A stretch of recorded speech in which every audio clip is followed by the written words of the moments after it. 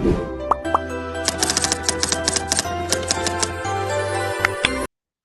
Swastiastu. Perkenalkan, saya Putu Mediana Ardianti dengan akhiran NIM 047 dari kelas 2A. Pada kesempatan kali ini, saya akan mempresentasikan proyek statistika dasar mengenai tingkat pengangguran berdasarkan golongan umur, pendidikan terakhir yang ditamatkan, dan juga berdasarkan provinsi di Indonesia pada tahun 2021 sampai 2024 di bulan Agustus. Pada lembar pertama dalam Excel saya terdapat data mentah yang saya dapatkan dari web Badan Pusat Statistik. Untuk data pengangguran berdasarkan golongan umur, angka yang ditunjukkan berupa orang. Jadi, banyaknya angka-angka ini adalah banyaknya orang yang menganggur pada golongan umur tertentu. Nah, pada proyek statistika kali ini, saya hanya menggunakan data jumlah pengangguran di bulan Agustus tahun 2021 sampai 2024. Karena berdasarkan informasi yang saya dapatkan, Sakernas BPS itu hanya dilaksanakan pada bulan Februari dan bulan Agustus. Jadi untuk menghindari data yang berhimpit, saya hanya menggunakan data di bulan Agustus saja. Adapun sumber-sumbernya juga sudah saya cantumkan di bawahnya. Untuk data pengangguran berdasarkan pendidikan tertinggi yang ditamatkan, angka-angka yang ditunjukkan juga berupa orang. Jadi banyaknya angka-angka ini adalah banyaknya orang yang menganggur dalam kategori pendidikan tertentu. Untuk sumbernya juga sudah saya cantumkan. Nah, berbeda dari dua data sebelumnya, data pengangguran berdasarkan provinsi yang ditunjukkan adalah berupa persentase. Jadi, angka-angka ini adalah berupa persentase dari jumlah orang yang menganggur. Nah, adapun pertanyaan yang akan saya pecahkan dalam proyek statistika kali ini adalah sebagai berikut. Kemudian ke tahap pengolahan data. Di tahap pengolahan data ini, saya mencari eh, tiga jenis pengolahan data, yaitu ukuran pemusatan data, peletakan data, dan juga penyebaran data.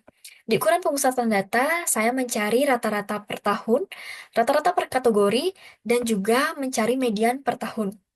Nah, untuk kategori tertentu, saya juga mencari rata-rata penurunan.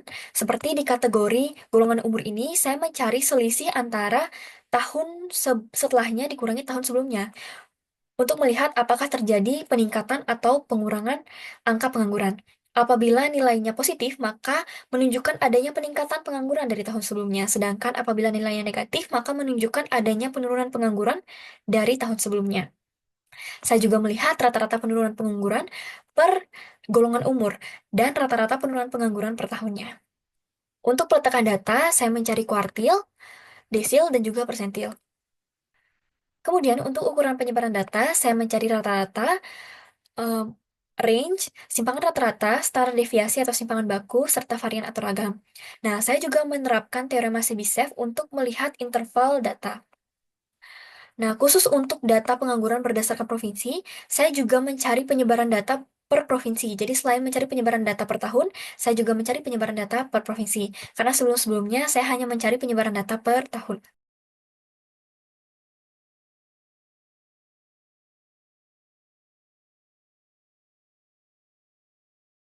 Nah, untuk menjawab pertanyaan ini diperlukan diagram satu, di mana berdasarkan diagram satu bisa dilihat bahwa jumlah pengangguran selama 2021 sampai 2024 telah mengalami penurunan. Lebih lanjut bisa dilihat dari diagram 2 dan tabel 2 yang menunjukkan bahwa jumlah pengangguran per golongan umur selama 2021 sampai 2024 itu mengalami penurunan hampir di semua golongan umur.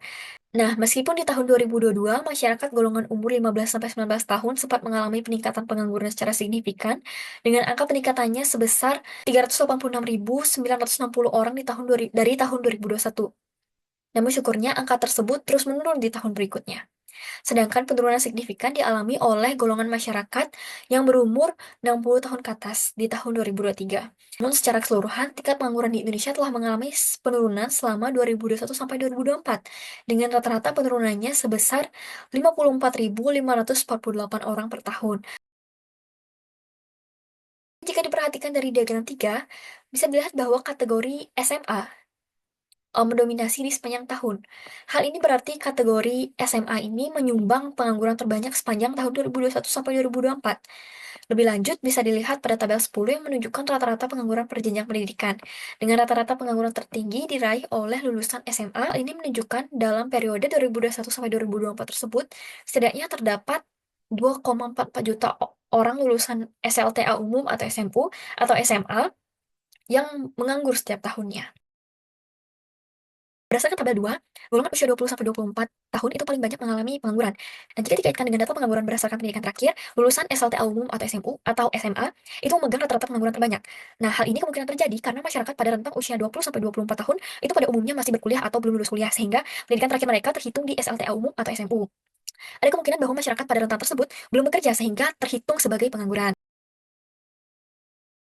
Nah, jika dilihat pada tabel 16, di antara ke-38 provinsi di Indonesia tersebut, provinsi yang memiliki angka pengangguran tertinggi selama 4 tahun belakangan ini adalah Provinsi Jawa Barat dengan rata-rata pengangguran sebanyak 8,08% selama 4 tahun belakangan ini.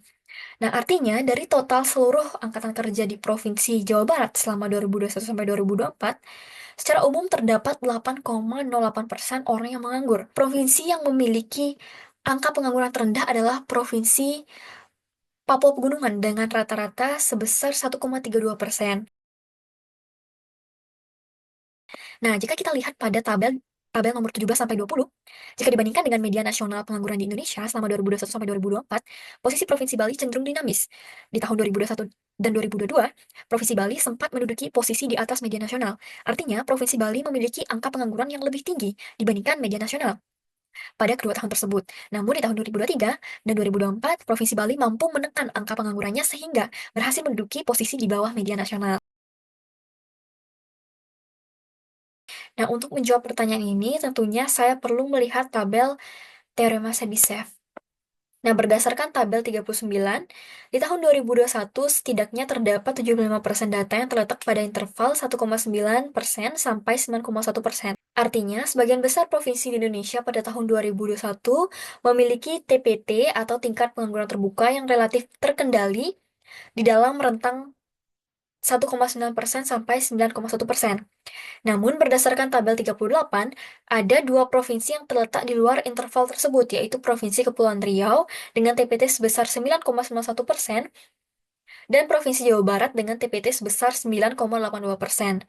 Hal ini menunjukkan bahwa Provinsi Kepulauan Riau dan Jawa Barat memiliki masalah pengangguran yang lebih serius dibandingkan mayoritas provinsi lainnya di tahun 2021, karena TPT-nya melebihi batas umum yaitu 9,1%. Kemudian berdasarkan tabel 41, di tahun 2022 setidaknya terdapat 75% data yang terletak pada interval 1,8% sampai 8,2%. Provinsi yang terletak di luar interval tersebut adalah Provinsi Jawa Barat dengan rata-rata sebesar 8,31%. Nah, kemudian di tahun 2023 setidaknya terdapat 75% data yang terletak pada interval 1,8% sampai 7,5%. Kecuali Provinsi Banten. Terakhir, di tahun 2024, 75% data itu terletak pada interval 1,6% sampai 7,2%, dan semua provinsi berada pada interval tersebut. Di tahun 2024 ini, kondisi pengangguran di Indonesia telah mengalami perbaikan. Ada kemungkinan bahwa kebijakan pemulihan ekonomi atau situasi ekonomi yang membaik secara nasional membuat perbedaan antar provinsi dalam hal pengangguran menjadi lebih kecil. Nah, dari pengolahan data tersebut didapatkan bahwa pada jenjang pendidikan terakhir, lulusan SMA cenderung lebih banyak menganggur daripada lulusan lainnya. Sedangkan secara umur, masyarakat golongan umur 20-24 tahun cenderung lebih banyak menganggur daripada yang lain, dan dari segi provinsi, Provinsi Jawa Barat yang cenderung lebih banyak menganggur. Hal ini menunjukkan bahwa lulusan SMA, golongan umur 20-24 tahun, dan Provinsi Jawa Barat memerlukan prioritas pengentasan pengangguran secara lebih. Nah, untuk menekan pengangguran tersebut, pemerintah bisa menyiapkan skema peningkatan keterampilan dan juga pendidikan vokasi sejak dini. Nah, skema ini bisa dilakukan dengan cara memperluas program pelatihan vokasi yang sesuai dengan kebutuhan industri seperti pariwisata, ekonomi, teknologi digital, dan lain sebagainya.